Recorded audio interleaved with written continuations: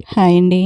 మన దగ్గర పాతవైపోయిన బట్టలు అంటే చిరిగిపోకుండా గట్టిగానే ఉండి రంగు పోతుంటాయి కదా! అలాంటివి కానీ, కొత్తవి రంగు పోయినవి కానీ, ఇలాంటివి ఏమన్నా మన దగ్గర బట్టలుంటే వాటిని మళ్ళీ కొత్తగా చేసుకోనొచ్చు.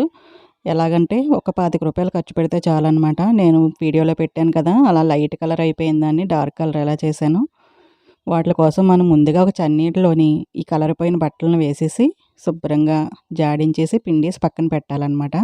ఆరబెట్టాల్సిన అవసరం లేదు. తడిపితే చాలు. తర్వాత మనం వేడి నీళ్ళు పెట్టుకోవాలండి. ఈ బట్టలన్నీ ములగడానికి సరిపడగా వేడి నీళ్ళు పెట్టుకోవాలనమాట. నేను అలాగే వేడి నీళ్ళు పెట్టేసేసి మరిగిస్తూ ఉన్నాను. ఈ లోపున ఈ బట్టలని జాడేస్తాననమాట. గట్టిగానే ఉండి చిరిగిపోకుండా కలర్ పోయినయి ఉంటాయి కదా! అలాంటి వాటిలిని వేస్ట్‌గా పడేసే కంటే ఒక్క రూ. 25 అనమాట అండి. ఎక్కువ కూడా కాదు. రూ. 25 ఖర్చు పెట్టామంటే మనకి మళ్ళీ కొత్తవి వచ్చేస్తాయన్నమాట. డబ్బులు వేస్ట్ అవ్వకుండా ఉంటాయి కదా! అందుకని చెప్పేసేసి ఎవరికైనా నచ్చితేనే సుమండి ఈ ఐడియా. కొత్తవి కొనుక్కోవాలనుకుంటే ఎవరిష్టం వాళ్ళది. కాకపోతే మనం ఉన్న వాటిల్ని మళ్ళీ యూజ్ చేసుకోవడానికి ఇలా కూడా చేయొచ్చు కదా! అది తక్కువ రేట్‌లో. చూసారు కదా! నేను వేడి నీళ్ళు పెట్టేసాను. తర్వాత ఇదిగోండి కలర్ అనమాట ఇది. పౌడర్ రూపంలో ఉండే కలర్ ఇది. యెల్లో కలర్ తీసుకున్నాను నేను. అంటే బెడ్‌షీట్ నాది లైట్ కలరు, కలర్ పోయి ఉంది కదా! దానికి యెల్లో కలర్ వేద్దామని.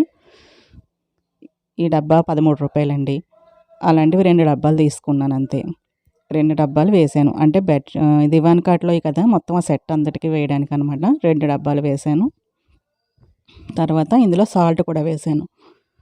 మొత్తం దీన్ని కలిపేయాలనమాట. వేడి నీళ్ళు కాబట్టి చెయ్యి అది పెట్టకండి.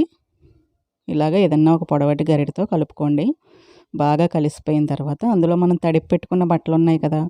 ఒక్కొక్కటి ఇలా విడివిడిగా అందులో వేసేయాలనమాట. విడదీసినట్టుగా వేసేయాలి. చెయ్యి మాత్రం పెట్టకండి. వేడి నీళ్ళు బాగా వేడిగా మరుగుతాయి కదా! కాబట్టి చెయ్యి అస్సలు పెట్టొద్దు. ఇలా వేసి మనం దీంతో కలిపేసామనుకోండి మొత్తంగా అంతగా అంటుకుపోద్దనమాట. అలా అందులో వేసేసి పైకి కిందకి మొత్తం మనం వేసినవన్నీ బట్టలు కూడా రంగు పట్టేలాగా పైకి కిందకి కదుపుతూ ఉండాలి. మనం వేసిన వెంటనే అయితే మనకి ఏం కలరు కనిపించదండి. ఎలా వేసినవి అలాగే ఉంటాయన్నమాట. దాన్ని ఒక గంట సేపు అలా ఉంచేసేయాలి అందులో వేసేసి. ఒక గంట, గంటన్నర వరకు అలా ఉంచేయాలి. తర్వాత మనకి కలర్ తెలుస్తుందనమాట. ఆరిన తర్వాత ఇంకా బాగా తెలుస్తుంది. చూసారు కదా! ఇలా మొత్తం కలిపేసేసి నేను ఒక గంట సేపు దాన్ని పక్కన పెట్టేసి ఉంచేసాను. ఒక గంట, గంటన్నర ఇంచుమించుగా ఎంత బాగా ఉంచితే అంతలా కలర్ పడతదనమాట. చూసారు కదా! ఇప్పుడు తెలుస్తుందా? నేను ఫస్టు ఇందులో వేసేసరికి ఉన్న కలరు, ఈ కలరుని ఎంత డార్క్‌గా వచ్చిందో చూసారు కదా! మన అందు మీద ఉన్న డిజైన్ కూడా కలర్ అంటుకోదనమాట. మనం ఈ లైట్ కలర్ దానికి మాత్రమే కలర్ అంటుకుందో చూసారా? మొత్తం ప్లెయిన్ అయిపోకుండా మనకి ఏ కలర్ అయితే వదిలేసిందో ఆ కలర్ బాగా పట్టిందనమాట లైట్ కలరు. తర్వాత దాన్ని అందులోంచి తీసేసి గట్టిగా పిండేసేసి పక్కన పెట్టేసుకోవాలి. తర్వాత మళ్ళీ కొద్దిగా వాటర్ పట్టుకొని దీన్ని డై ఫిక్సర్ అంటారండి. అంటే కలర్ పట్టి ఉంచుతదనమాట.